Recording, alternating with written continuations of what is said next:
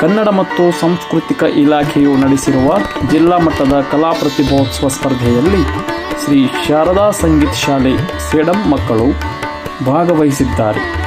ಸುಗಮ ಸಂಗೀತದಲ್ಲಿ ಬಾಲ ಪ್ರತಿಭೆಯಲ್ಲಿ ಕುಮಾರಿ ಆರೋಹಿ ಭೈರವನಾಥ್ ಬಿರಾದಾರ್ ದ್ವಿತೀಯ ಸ್ಥಾನವನ್ನು ಪಡೆದಿದ್ದಾಳೆ. ಅದೇ ರೀತಿಯಾಗಿ ಬಾಲ ಪ್ರತಿಭೆಯಲ್ಲಿ ಹಿಂದೂಸ್ತಾನಿ ಶಾಸ್ತ್ರೀಯ ಸಂಗೀತದಲ್ಲಿ ಕುಮಾರಿ ಅನನ್ಯ ಶಿವಕುಮಾರ್ ಭೋವಿ ಹಾಗೂ ತೃತೀಯ ಸ್ಥಾನದಲ್ಲಿ ಕುಮಾರಿ ಈಶಾನ್ಯ ಮೋಹನ್ ಗೌಡ ಮುಸ್ತಾಜರ್.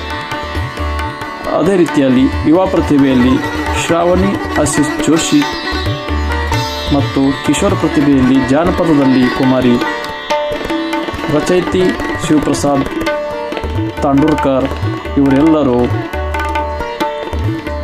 ತಮ್ಮ ದ್ವಿತೀಯ ಸ್ಥಾನವನ್ನು ಪಡೆದಿದ್ದಾರೆ.